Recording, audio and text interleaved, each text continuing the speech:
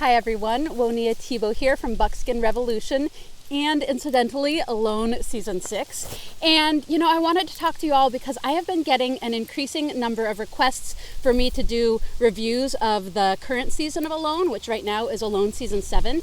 And I've been really resistant to doing that, partly because these skills has been my life for 25 years and I've been teaching it for over 20 years. And I really wanted my time on Alone to kind of demonstrate who I am and what I do rather than letting my Alone experience define me.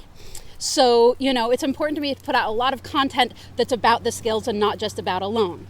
So that's been part of my hesitation. And then another part is that, the beautiful thing about Alone, in my experience, is the connection that one tends to feel with the other folks who have been participants on the show and, really have the perspective of what it's like being out there and doing this. And I really didn't want to feel like I was critiquing those folks. And, that's partly just coming from who I am and what feels important to me, and that is being in solidarity and in support of the other folks who've been out on there. But also specifically, I have friends who are on that season.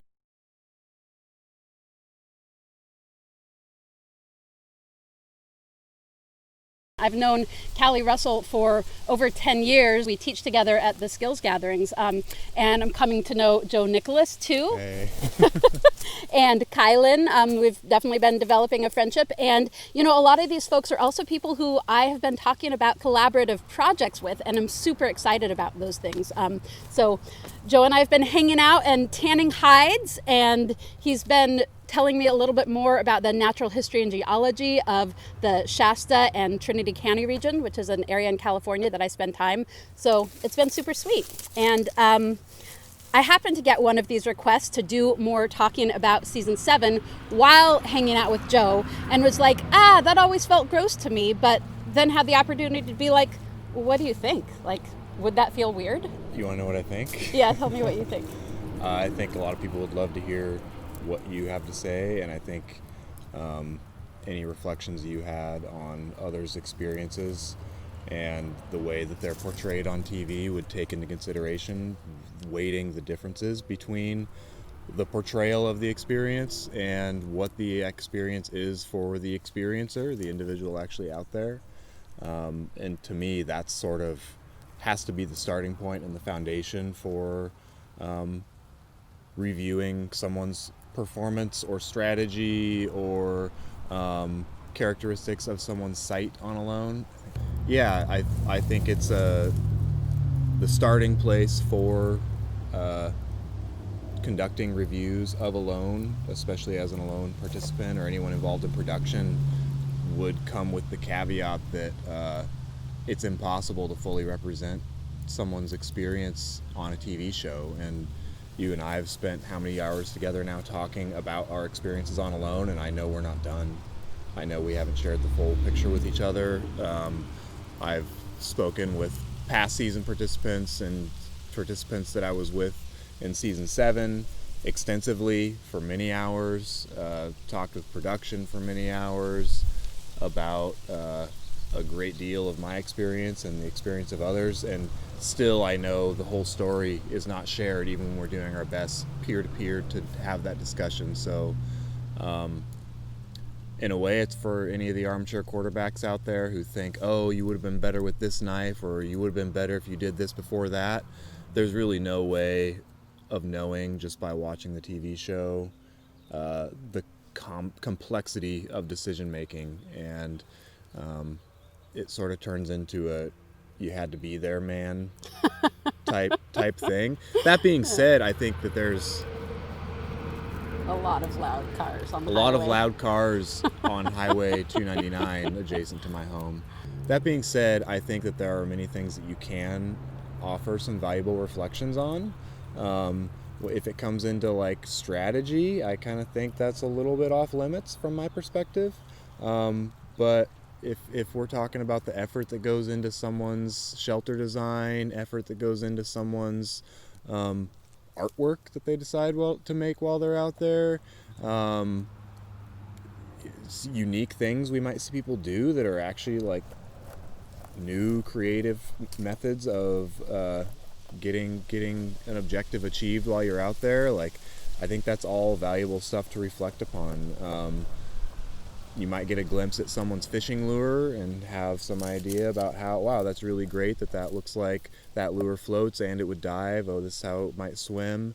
It's pretty cool getting to watch episodes with Joe and actually see the lure and then have it be on film. It's really cool. Yeah, I don't want to use examples of just my things.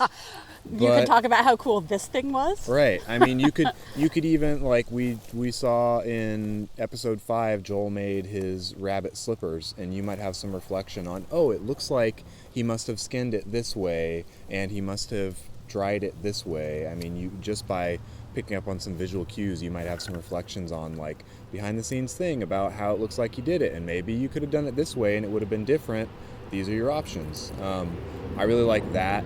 I really like that perspective on review. And for me, if I hadn't had the opportunity to be a participant on Alone and I was watching review videos or any kind of follow-up digest by anyone out there, I would be looking for those sort of fine-grained, detailed commentary bits. A lot of times in episodes you'll see a story that took days or weeks to evolve for somebody portrayed as though it just happened in a day, and that's based on limitations of the format of the show.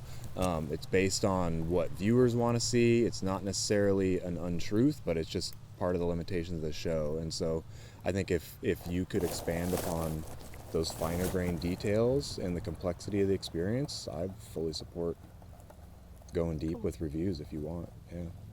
Yeah, I think that, the interesting thing is we do see reviews by all kinds of folks who don't have the perspective of what it's actually like to be on the ground, nor the perspective of seeing your experience edited in a way that makes it appear, really different than your experience of it to the viewer. But also someone who's been in that same space is a pretty unique thing, which we don't always have from all the other participants in Alone. So having been on that ground in the same space, experiencing similar conditions, is a perspective that's, pretty hard to get. Right. I mean, if you just think about all the goofy things you might do throughout a day, or all the moments of triumph you might have throughout a day, and imagine you're filming all of it, and now you have a cumulative of, like, depending on how long you stay in there, maybe you've got 40 minutes of airtime, like max, probably, as an individual. Right. And now you've got to take chunks of all those days, and it's up to production and the editors to pick out those things that they think are going to catch the eye of the audience. And maybe they don't even show you until day 12. They might not show you till day 12. You might have had all kinds of successes and beautiful experiences, and the first thing anybody gets to see of you is you blowing a snot rocket. Right.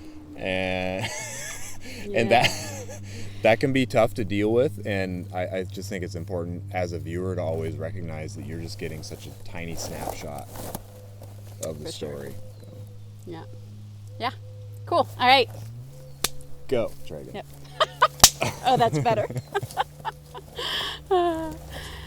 Cool. So, I am thinking about diving into some reviews, or I don't know reviews exactly, but discussions of season 7. But just to be clear that, like, that's in the spirit of support and solidarity and, competition. I didn't go into my time on Alone thinking of it as a competition, and it's really interesting the degree to which I get comments sometimes on my channels like, yeah, whatever, you were still just the first loser, and I'm like, oh wow, you're not paying attention.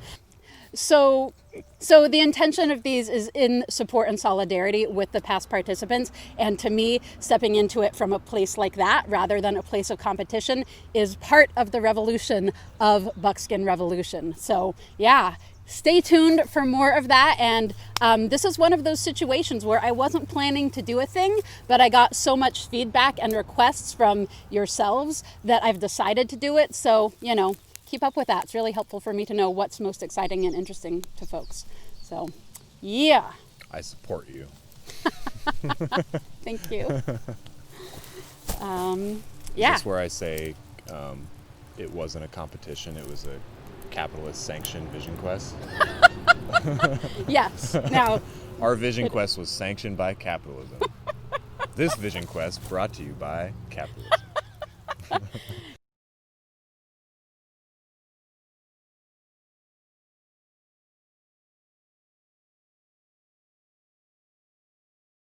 I thought about that the other day. I'm like, this is a capitalist sanctioned vision quest. Totally.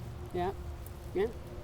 Because how else in the world that we live in could you have a team of yeah, I mean, it's the marketing side of things that's funding the helicopter, that's funding the Right. I couldn't afford to have like a Yeah. helicopter mechanic and pilot and, and have a production company that's going to pay for your missed flight and your actual flight. Joe and I both have the very exciting distinction of being the only two lone participants to have missed our flight to Yellowknife the first time around. So it's very bonding. I'm going to say it's because we're both Luddites and don't know how to do mass transit. Yeah, that's definitely true. And particularly emphasized by the fact that on the night that my flight was, I had set up with my friend to drive me to the airport, and we didn't have cell reception at my house, and we had a housemate who got a landline put in and then moved out, and he was like, do you want me to leave the landline? And I was like, yeah, up until I leave for a loan, because after that I don't, I'm good, I don't care about it. And it cut out at midnight, and we were leaving for the flight at 1. So I didn't realize that I had no way to call her or me, and that was excuses. No, there are all kinds of reasons, but that was like part of my Luddite, like phones. Yeah, no, that's cool. I don't need those. I'll just show up. It'll be fine. Right, Yeah. it'll be great. Do we want to look at each other while we're talking, or do we want to look at the camera? Mostly look at the camera, and besides when I'm You're talking asking me a to- question, I can look at you, Right. and then I'll answer it while looking at the camera. Whatever feels not too forced and weirdo, maybe. And we can just use this to just like little brief intro clip, like us just giggling, Sure. talking about how we're gonna do this is part of the clip. Yeah, totally. Yeah. Yeah, a little blooper reel. I save blooper reels sometimes. I haven't actually put them in, but Oh, it's blooper. it's not It's real blooper. life. It's just Real behind the life scenes. reels. Yeah. Yeah, getting Real life reels. right. Okay, I'm gonna try to do it.